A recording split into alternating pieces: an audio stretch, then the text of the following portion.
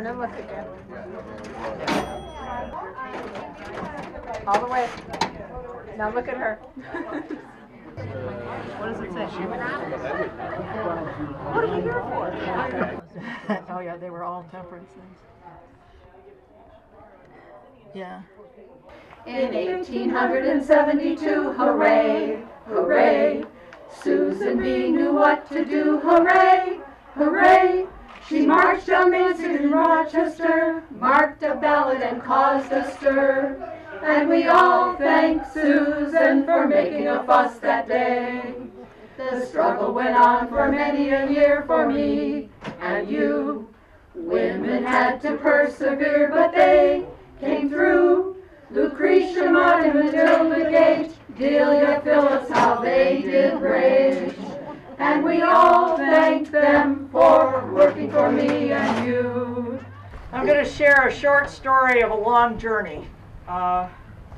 2 years ago, I began to compile research for last summer's exhibit at the Historical Society about the women of LeRoy. The women who are standing here today, we just don't see them. We're standing on their shoulders. I called the exhibit Remember the Ladies, from the words that Abigail Adams wrote to her husband as he went off to write the Constitution. She wrote, "Remember the ladies and be more generous and favorable to them than your ancestors. Do not put such unlimited power into the hands of the husbands. Remember, all men would be tyrants if they could." Well, we know what he did. He blew her off. So it wasn't in the Constitution. So first I want to share the story of Cynthia Franklin Pearson, who came to the wild frontier of western New York and bore her children in a log cabin with a dirt floor.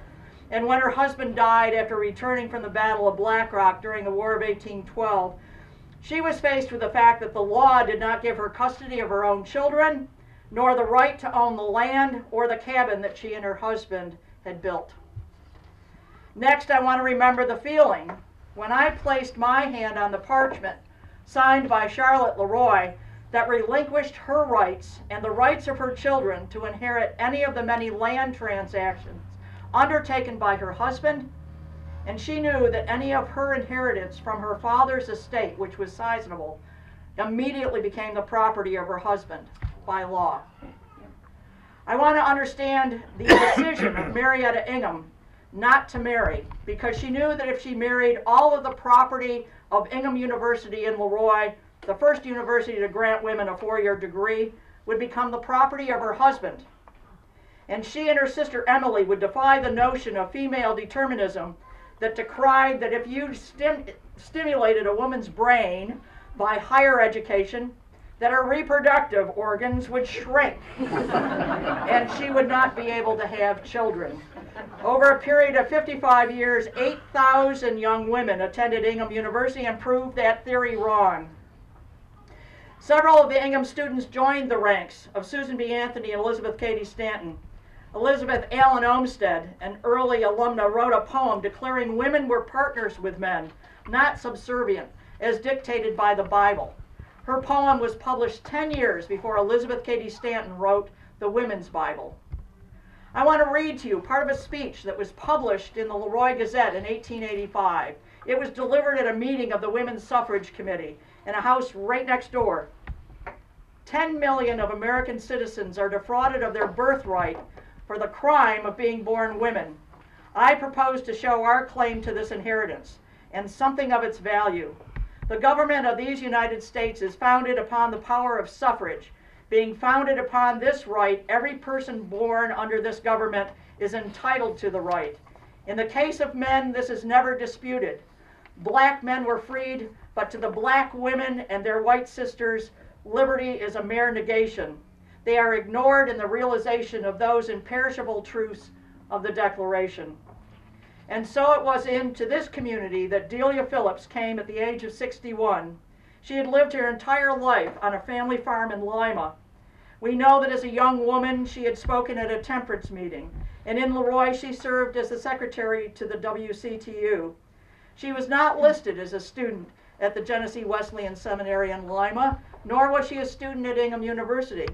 When she came to LeRoy, she became a member of the Presbyterian Church and raised money for an Indian school and library in Idaho. She was living in LeRoy in 1908 when Percy Hooker, the New York State Senator to Albany, and the state's first highway commissioner, who lived just down the street where we know as the Creekside, where you guys had lunch, submitted a petition to the legislature to adopt women's suffrage. And once again, as in almost every year since Susan B. Anthony first submitted a suffrage petition in 1854, it was rejected. But in 1917, the suffrage amendment was once again put before the men of the state for ratification, and this time it passed. If you're interested, up here on the table is a copy of that voting ballot that you could vote on from 1917 as it appeared in LeRoy. As you have heard, it was defeated in LeRoy by 38 votes, and for that matter in Rochester and many other upstate communities. I find it somewhat amusing that if it weren't for the men in New York City, the amendment might not have passed. I say that today because we upstaters complain about the influence of the downstate voters, but in 1917 it proved to be to the advantage of the women. It should be noted that in nearby Geneseo were two of the staunchest anti-suffrage supporters in the United States. United States Senator James Wadsworth and his wife Alice believed that men should be concerned with government issues and women should remain in the home. Alice was president of the National Anti-Suffrage Organization in Washington. So Delia Phillips is in LeRoy. She was not the first woman in New York to cast a ballot. That distinction belongs to Florence B. Chauncey of Lisle in Broome County, who cast her ballot in a local election on January 5th in 1918. A new blue and yellow historic marker was placed on the site of the Lisle Town Hall earlier this year.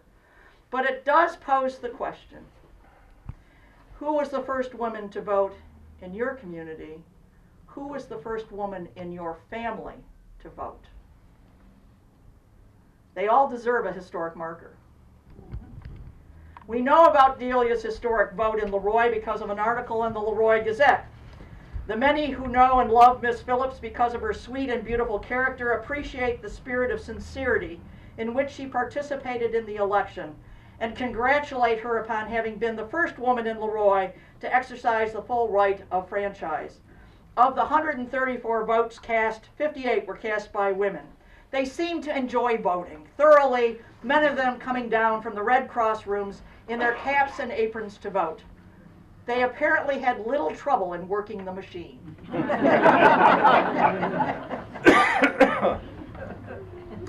As perhaps you've read in the program, the history of the mechanical voting machine is rooted in Western New York, invented in Rochester by Jacob Myers. My maiden name was Myers. I couldn't trace anything. I tried to bring history home, but my father was an only child and his father too. But anyway, it was invented in Rochester in 1888. Mechanical voting machines were first used in Lockport, and then in Buffalo, and then in Rochester, and most of them were manufactured in Jamestown, New York. In 2010, New York became the last state to discontinue their use. Today, as you vote, I apologize for the rather trite slate, as I explained, but you are in LeRoy, the birthplace of America's most famous dessert. So I hope you vote for your favorite flavor. But I also invite you to look at the complex machine, both on the backside, and this is what the backside looks like. I find them totally fascinating. The one regret that I have is that we were unable to find any descendants of Delia Phillips. She never married. Her brother's line died out. Last week, my grandson and I went over to Lima, drove down 15A in search of the old Baptist Cemetery. It's just past the golf course on the east side of the road. Her gravestone was not covered by snow, and we found it quickly. Today, we will be sending a wreath of yellow suffrage roses with the Lima historian Joyce Rapp and members of the Lima Historical Society to be placed on Delia's grave.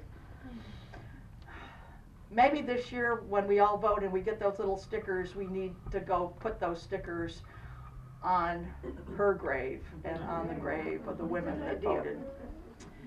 In one of my other lives, I worked at Genesee Country Museum and organized their first 4th of July celebration in 17. Let's try 1979. That was a long time ago. Yeah, I know. We asked the esteemed congressman and statesman, the Honorable Barbara Conable, who lived in nearby Alexander, to read the Declaration of Independence on the front steps of the town hall. he would stand there, remove his top hat, grasp the sides of the podium firmly, and begin. When in the course of human events it becomes necessary for one people to dissolve the political bands which have connected them to another, and to assume among the powers of the earth the separate and equal station to which the laws of nature and nature's God entitle them, a decent respect to the opinions of mankind requires that they should declare the causes which impel them to the separation. We hold these truths to be self-evident, that all men, and he would pause, and women are created equal. And upon these words, the crowd would roar. We would wait for him. So we are here today, not just to remember one woman who waited her lifetime to vote, but all the women who voted in New York in 1918. We are here today to remember all the women who never had the opportunity to vote. We are here today to remember ourselves, that we need to exercise our right to vote. And we are here today to remind those young women, who some of you met, who will inherit the right to vote, that they should never shirk their right of suffrage. We are here today to remember the ladies.